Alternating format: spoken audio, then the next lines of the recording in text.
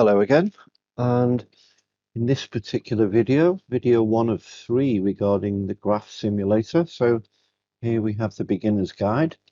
I want to show you all the features, the salient features of this simple and free piece of software, which is extremely useful. Okay, so obviously you want to insert some function or signal. And there are 2 ways of doing that. The long way is to click up here onto function and then select insert function. But there's a much quicker way because there's an icon here, so 5 from the left, insert a new function. Okay, so I'm going to click on that icon and we have a dialog box which pops up here. Okay, how about plotting a sine wave with a peak of, say, 10 volts? And I'll show you all the ins and outs of how the functions work shortly, but initially just bear with me. 10 sine, open brackets, the brackets are definitely needed here, 10 times the sine of x. Let me plot that. You can see some settings down here. We'll have a look at those shortly. And there you go. Here's a sine wave. Okay, so we can configure the sine wave in many ways shortly. We can do degrees and radians, thickness, etc. Change frequency we can do in a subsequent video. But for the moment, I want to show you about the functions which are available within this software.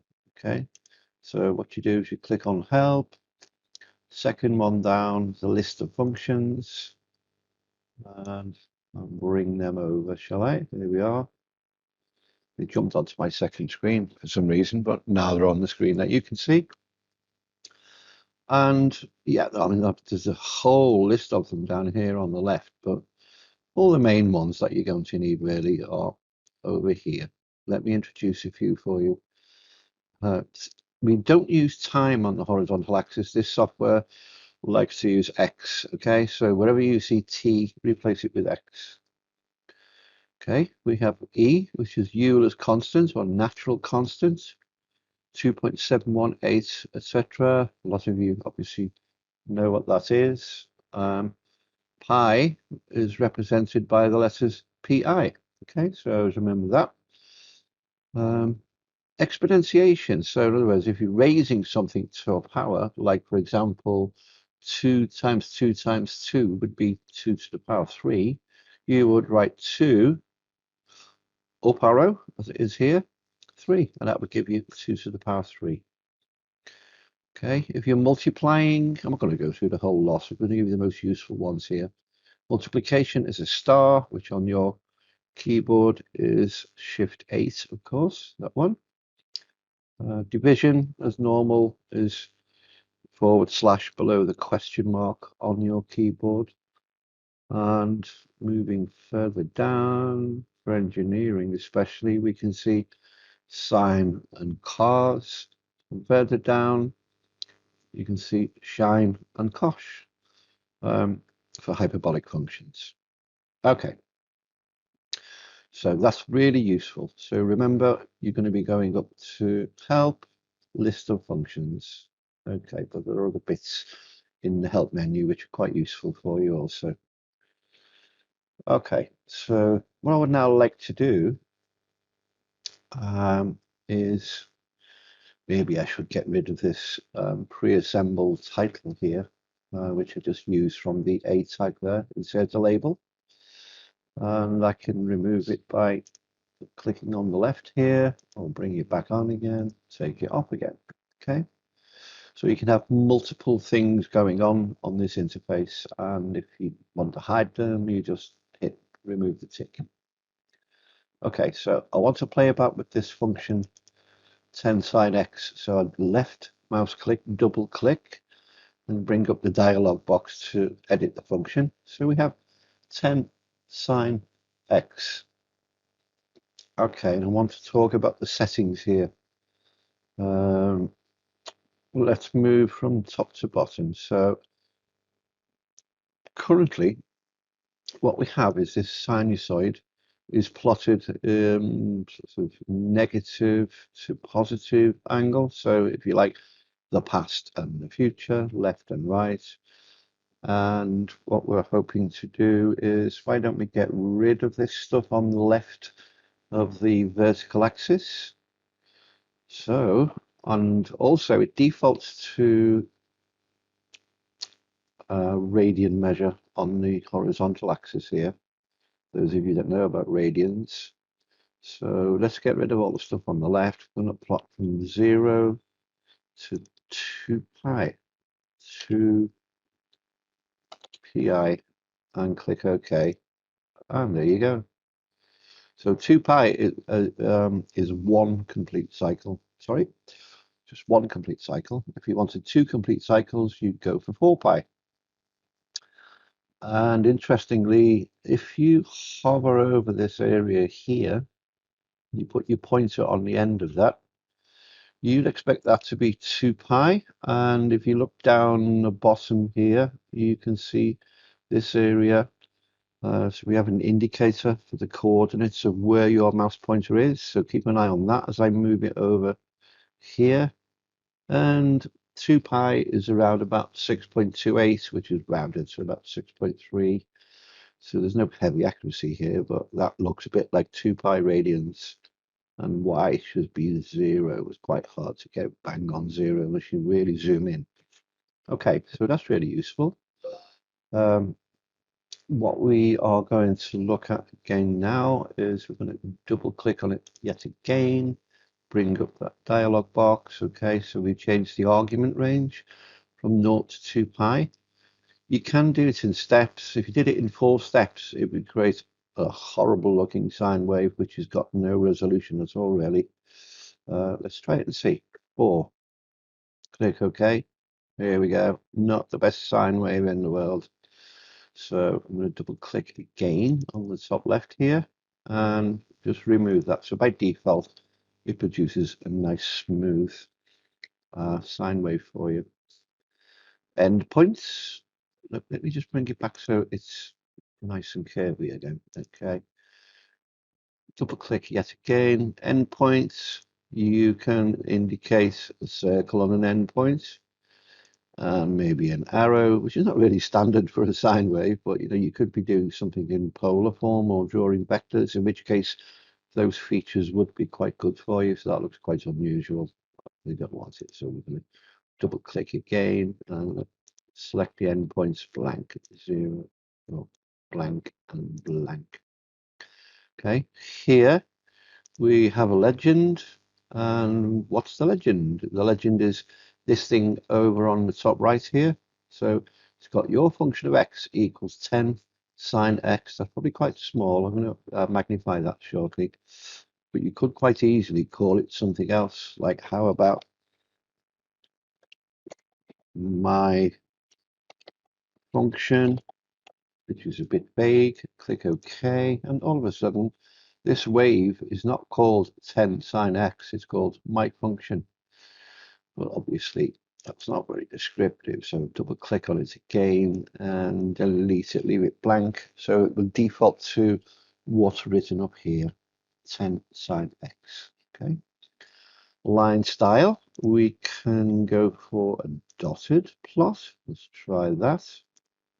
Here we go. Dashes, maybe. Okay, dots and dashes and all sorts of things.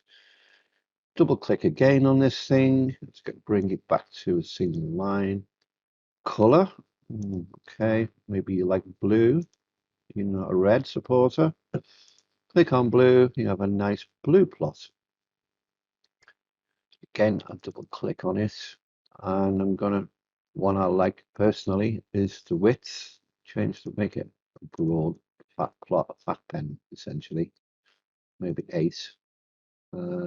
Change the color to something nice like that, violet. There you go. So it's a really thick plot. Okay. Another thing that you can do with this, well, it's quite obvious up here that you can zoom in and zoom out, or you can draw a window with your mouse. Just left click and hold, pull a window, let go, and then the whole screen will zoom to that window. there's a lot of wasted space on this thing here, so you can click on the hand tool there and you can move the whole plot over like so. That will enable you to maybe put in a few more cycles. Okay, maybe we could do that now. So we're going to double click on there. We're going to go for not 2 pi, but if one cycle is 2 pi, then 2 cycles is going to be 4 pi, and 3 cycles is going to be 6 pi. So if I change that to for 6, and then click OK, and hey presto, 3 cycles. Okay. Now then, the axes. This is where a lot of students get a little bit confused. So double click on axes over there, and you will also see there's an icon for it here, the fourth one, but same difference really. That's a double click and that's a single click. So if you like to save time, it takes 1 click, then click the fourth icon on the top left there. Okay. So the x-axis. So what we're saying here is, okay, plot from, let me think, 0.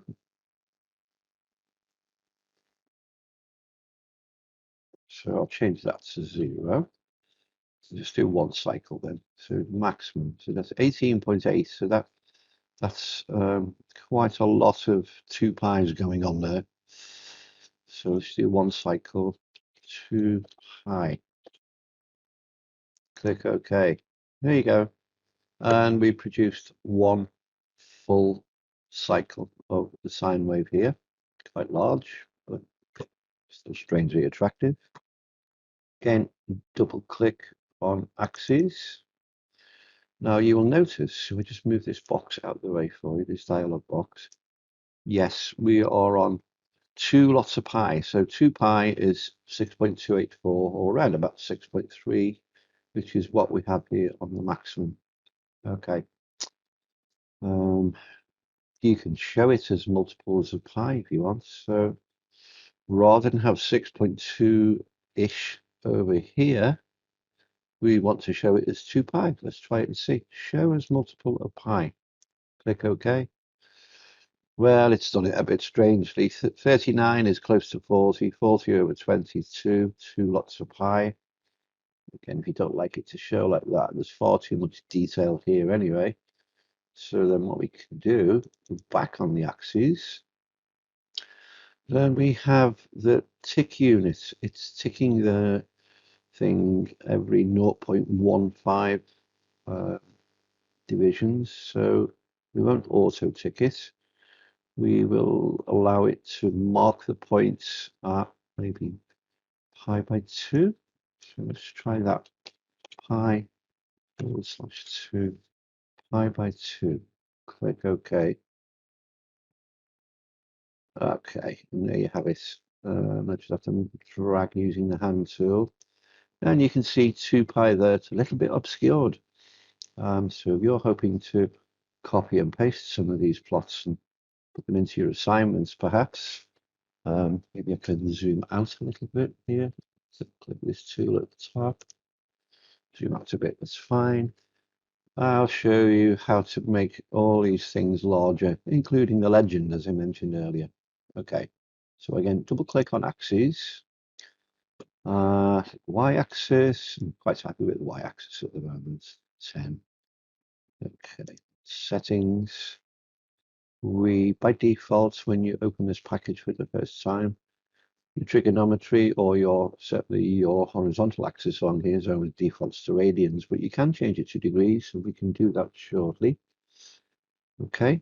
The legend, you can, at the moment, it's up here, it's on the top right, but you can easily change it to the bottom right, the top left, or the bottom left, and you save settings as your preferred defaults. You can change your axes to none, so remove the axes, which doesn't really make much sense to me. or you can have boxed axes, or it's always a good idea, just keep them as crossed. We have a cross over here, so crossed axes, okay? This other tab here, font and color, is extremely useful. So the legend, which is on the top right at the moment, and I do this a lot when I'm making video tutorials. So left click on that. I'd like to change that legend and make it really visible from a long camera view, about 36 or something, maybe bold as well. You can change the color if you want to. Quite happy just to go like that, like that. And look how large it is now. So you can change it to whichever font and size you wish. Okay, just double click on those axes yet again. You can show the ticks or you can hide the ticks. The ticks are just these little marks here. Yeah.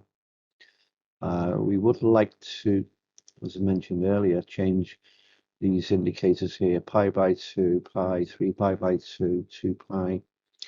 Let's have a go at those. So you have to experiment if you don't know what these things are.